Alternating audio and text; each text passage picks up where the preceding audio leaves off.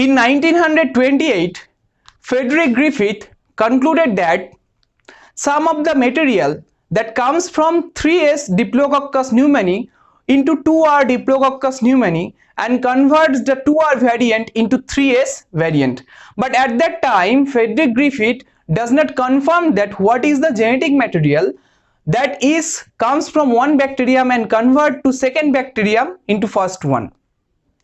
So to understand this Griffith's observation and to find out what is the material that is causing the changes in the bacterium and what is the genetic material, Oswald T. Avery, Colin M. MacLeod and Maclean McCarty did an experiment between 1930s to 1940s, and in the 1944 they concluded that DNA is the main genetic component that comes from one bacterium to the another bacterium and converts the second bacterium to the first one. Hello friends, welcome to Biology Concern. I am Animesh, and in this video I am going to discuss about Avery MacLeod McCarty's experiment in a brief manner so you can understand about Avery MacLeod McCarty's experiment and how they confirmed that the DNA is the main genetic component. So let's jump into the topic. So first thing, what Avery MacLeod McCarty does, they collect Diplococcus pneumoniae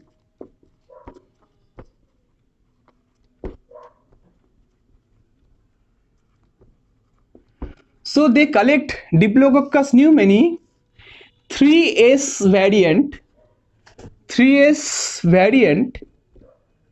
and this 3S variant homogenized by tissue homogenizer, and they break this 3S variant by tissue homogenizer,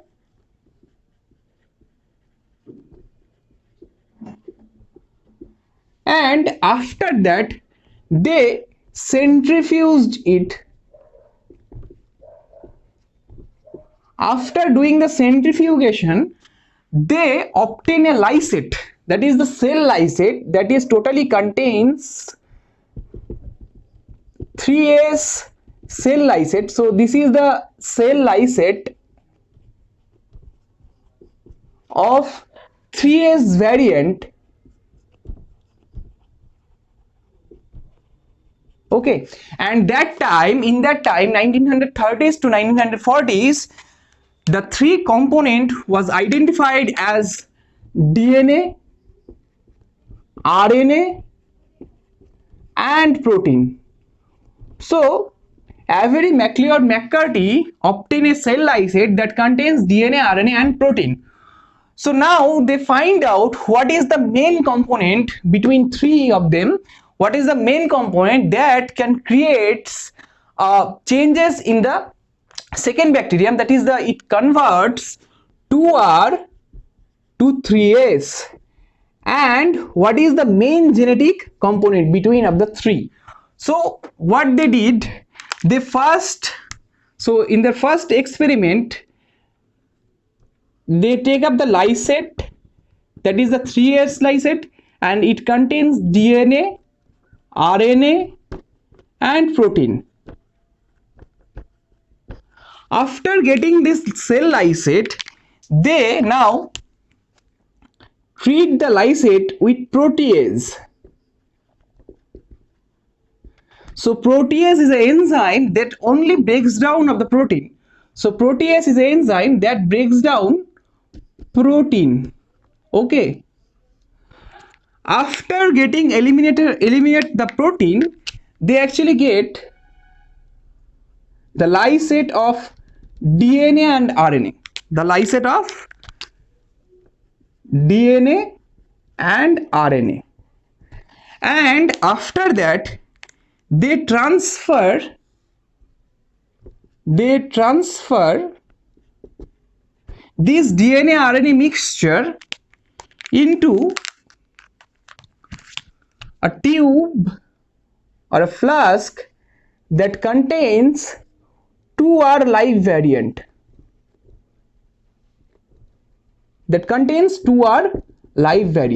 So they transfer this DNA RNA lysate into a tube or flask that contains only 2R variant. After some time, they observed that they incubate it at 37-degree room temperature, and after some time they observed that a colony is formed in petri dish, that is the colony of 3S pathogenic variant. So 3S colony has formed. Okay, so this is what their first experiment. And what is the second experiment? They again take up the cell lysate which contains DNA, RNA and protein, and in the second time, they treat it with RNAs. Okay, they treat it with RNAs. So what RNAs can do? RNAs can eliminate the RNA from the cell lysate. So RNAs can eliminate the RNA from the lysate, and they got a lysate of DNA and protein only. So they got a lysate of DNA and protein only. So again they transfer this lysate, that is the DNA and RNA compound or mixture, they transfer this DNA or protein mixture into 2R live culture. So into 2R live culture. So basically they transfer this to 2R live and incubate this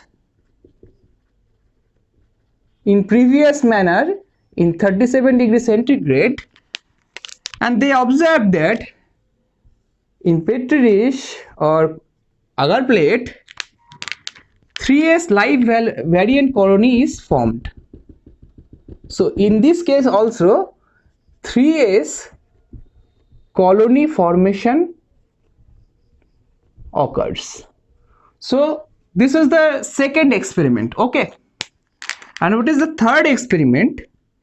In the third experiment, they again took up the lysate of the DNA, RNA and protein mixture, and in the third time they treat it with DNase. Okay, so what DNA is done? DNA actually eliminate DNA. So DNase is an enzyme that actually eliminates the DNA from the lysate, and now the lysate has only RNA and protein. So this lysate now only has RNA and protein. After that they transfer it in previous manner, they transfer it into 2R live culture, into 2R live culture. Okay, so whenever they transfer it into 2R live culture, after that they incubate this total mixture, they incubate this total mixture at 37 degrees centigrade at room temperature, and they observed there is no colony formation in this way, or no 3S colony formation. So in this manner 3S colony does not formed. Okay, so here they observed there is no 3S variant or 3S colony formed.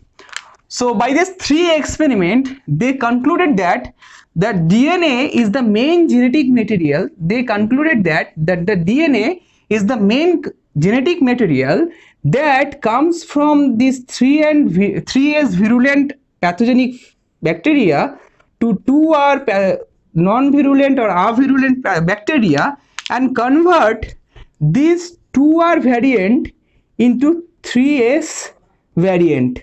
Okay, that is the Griffith's Conclusion.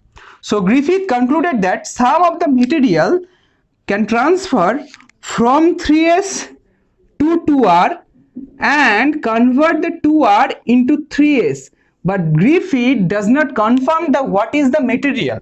But Avery, MacLeod, McCarty, by these three experiments, they concluded that the DNA is the main genetic component that transferred from 3s to 2r and converted this 2r bacterium into 3s variant. Okay, so I think this video is helpful to you to understand the brief experiment of Avery, MacLeod and McCarty's, and this experiment is the fundamental basic that DNA is the genetic material, and they published their work in 1944.